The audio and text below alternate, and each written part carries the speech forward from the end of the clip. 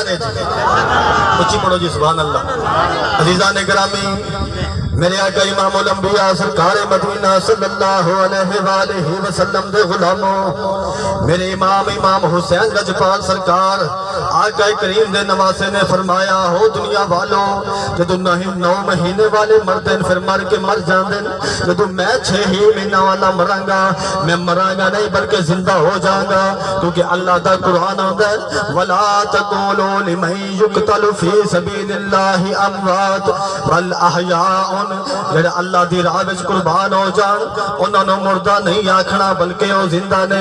آقا دے غلاموں جے قرآن پڑھنا نہیں ہوندا جناب والا جے قرآن دا ترجمہ نہیں ہوندا پھر اپنے وقت دے صحیح عالم تو پوچھ وے کربلا دے میدان دے اندر جدو 72 دیاں قربانیاں ہو چکیاں سن 6 مہینے دا علی اصغر قربان ہو چکیا سی 18 سالاں دا جوان علی اکبر قربان ہو چکیا سی حضرت غازی عباس علمدار دے بازو قلم ہو چکے سن اس تو بعد کی دی شہادت ہوئی تینوں وہ عالم دین دسے گا تینوں وہ بزرگ دسے گا کہ اس تو بعد حضرت امام حسین دی شہادت ہوئی جدو جناب والا آپ دا سر تن تو جدا کیتا گیا میرے حسین دے سر انور نو نیزے دی لوگ تے لٹکایا گیا